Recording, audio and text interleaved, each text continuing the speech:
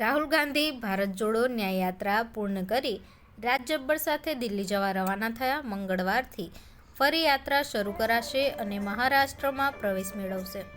કોંગ્રેસ નેતા રાહુલ ગાંધીની ભારત જોડો ન્યાય યાત્રા શરૂ કર્યાનો 57મો દિવસ અને ગુજરાતમાં આજે ચોથો અને અંતિમ દિવસ હતો। આજે સુરતથી યાત્રા શરૂ થઈ અને બારડોલી થઈને તાપી પહોંચી હતી।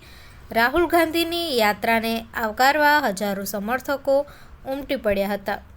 ત્યારબાદ રાહુલ ગાંધી કાલે યોજાનાર ઇલેક્શન કમિટીની બેઠકમાં હાજરી આપવા દિલ્હી રવાના થયા હતા। ચોથા દિવસે ભારત જોડો ન્યાય યાત્રા સુરતથી બારડોલી થઈને તાપી પહોંચી। રાહુલ ગાંધીએ વ્યારામાં ખુલ્લી જીપમાં લોકોને સંબોધન કર્યું।